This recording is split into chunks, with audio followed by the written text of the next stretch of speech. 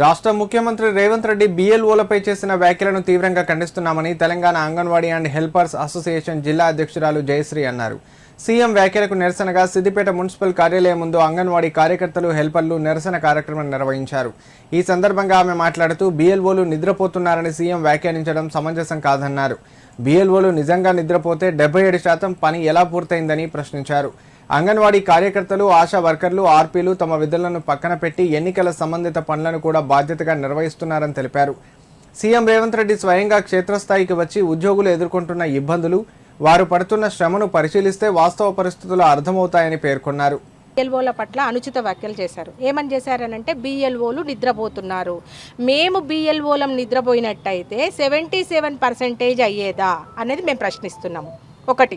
ఇంకొకటి, మేము వర్క్ చేయకుండా మాకు నెల నెల జీతాలు పడుతున్నాయట.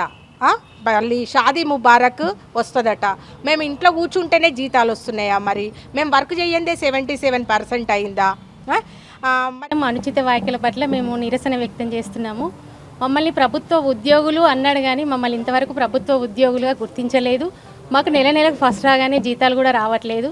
మేము నిద్రపోయి ఉంటే మాకు ఇవి ఇంత పర్సెంటేజ్ 77% అయింది అదే స్టేట్ మొత్తము. మేము నిద్రపోయి ఉంటే అంత పర్సెంటేజ్ అయ్యి ఉండేది కాదు.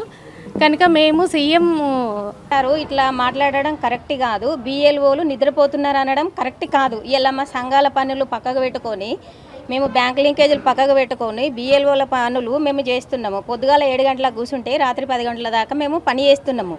అదేవిధంగా ఒక బిఎల్ఓ ఫీల్డ్కి వచ్చి ఆ వర్క్ ఎట్లా చేస్తుంది అనేది వచ్చి చూస్తే ఆ బిఎల్ఓ బాధ ఏందో కనబడుతుంది.